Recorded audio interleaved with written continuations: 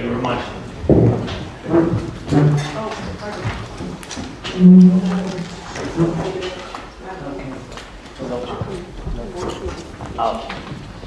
Thank you very much. Thank you for coming, dear members of Congress. You are very welcome. Thank you that you came just after such important, strong decision, and for us, surviving one, I can say it truly and openly. Thank you very much. And people of Ukraine counted on this decision, and we are happy that United States with Ukraine and our strong and main allies. We are thankful to you. I just finished I'm a little bit late. I just finished conversation with the President Biden. Yes, just 3 minutes ago, we finished our conversation, our dialogue, and we discussed about, of course, the decision of this such important historical bill.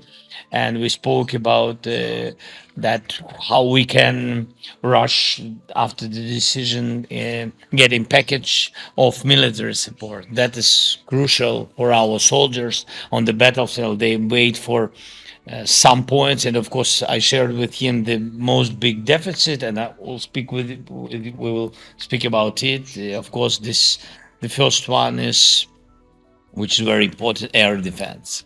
So I don't know if you got this information just before my conversation with the president, and we got information that the center of Kharkiv was again attacked. I got TV tower. Yes, to the TV tower. They destroyed TV tower. Yeah, each day they do everything on the territories which are near borders or on the contact line, just for people to run away. But Kharkiv region stays strong, but it's very difficult. That's why I said that air defense is number one. And I want to thank you. We are thankful for Congress and bipartisan support. So for us, it's very important that in the case of Ukraine, in the case of this war, two parties are together, and you made this decision, which is important. That's why air defense is number one. We need it very much, not only decision. Of course, again, this is the first, but after decision, we need to get the concrete help on this money, very, very specific munition, which will help to, first of all, to defend civilians and to help soldiers. So air defense, and of course, we spoke about long distance weapon, strategic weapon, yes, and of course about artillery. 3 points which are the most important for today. But I will share with you all these things, and we will speak about some more decisions we've been done by this bill about the Russian frozen assets and etc. So we were ready to discuss with details. First of all, you're very welcome. Thank you for coming. Thank you for having us. It's great to be with you again. Thank you for your leadership and that of the Ukrainian people. We, on a bipartisan basis, as members of Congress, are here for the people of Ukraine, and it was a strong bipartisan vote to ensure that we stood with people of Ukraine and the ideals that you, as a people, espouse, and the fact that you are fighting against illegal Russian aggression. And it's important that we stand with you as fellow leaders of the people who value freedom and opportunity for their constituents. I think it was very important, as you alluded, that having the Repo Act, allowing the ability to seize Russian sovereign assets, that's a model I hope for other European nations to follow. It's very important that we include that in the House-passed bill. And thank you for taking the time to meet with us today.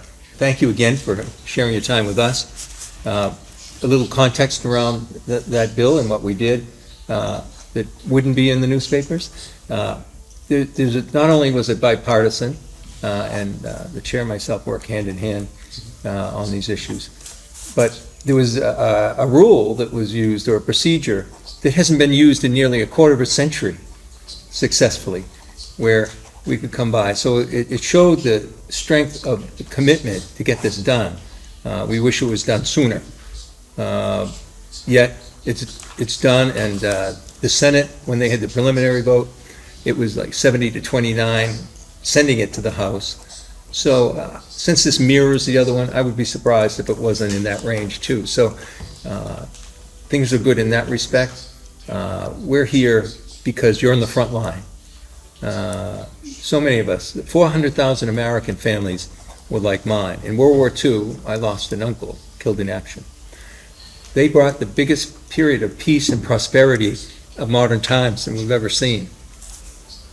Until this aggressive and illegal war by Russia, it has never been threatened like this. So, as stewards to all those people, we're here to make sure that you win, and you will. And number two, we spent part of today with the American Chamber of Commerce, and 3 days ago I was with Penny Pritzker. We're here too to plan, because the war will end someday, and we want Ukraine in a position, not then, but already in the place, for it to be a real powerhouse economically and move ahead and bring all of us in the West forward. So thank you so much. Mr. President, Madeline Dean from suburban Philadelphia. It is my honor to be here with you and your leadership team. It's strange and especially sweet that we are here on the heels of that vote. You did see bipartisan support, America surrounding you, and the extraordinary, courageous work that you all have been doing with your civilians, with your soldiers. I hope you understand. I too regret that it was delayed, but it's done. $61 billion that you desperately need. We want to be a part of the victory of Ukraine, because we see in Ukraine what we search for in ourselves, a love of freedom, a love of democracy. And so for us to be able to be such a valuable part of that, with the president leading so ably so many other nations, I'm just here to say we are so proud. I'm so proud to even have the chance to be in your company. And we will continue to stand with you and the people of Ukraine, your dear family, not just for this victory, but we're here for the victory, but also for the extraordinary future for Ukraine. Mr. President, it's a pleasure to be here with you today. Thank you for your strength, your leadership, your courage, your ability to stand firm in the face of tyrannical governments. And we know that this is a difficult time for you and your country, but we are there with you. And I hope that the vote this last weekend proved that we are there with you. I'm a big fan of Ronald Reagan, and I believe that his truth that peace comes through strength is absolutely true today as it was when he was president of the United States. And I stand firmly with with what he said at the 40th anniversary of the Normandy invasion, when he said we learned some bitter lessons from World War II, and we learned that it was better to be engaged here in Europe before the peace was lost, and to make sure that we understood that isolationism and appeasement are not winning strategies. Strength is the winning strategy. You've showed strength of heart and strength of service and strength of military might thus far, and we're going to show strength in standing with you from here on out. Thank you, Mr. President, and the whole team. I would only add that we're really honored to have the delegation here to once again engage with Ukraine and Ukrainians all day, especially coming after such an important vote as we all work together to continue to support and stand with Ukraine. In addition to security assistance, and I think we'll get into this, there are other elements and important aspects that we hope that will be part of the assistance package that address many of the priorities that you and your government have identified in our great partnership. Thank you.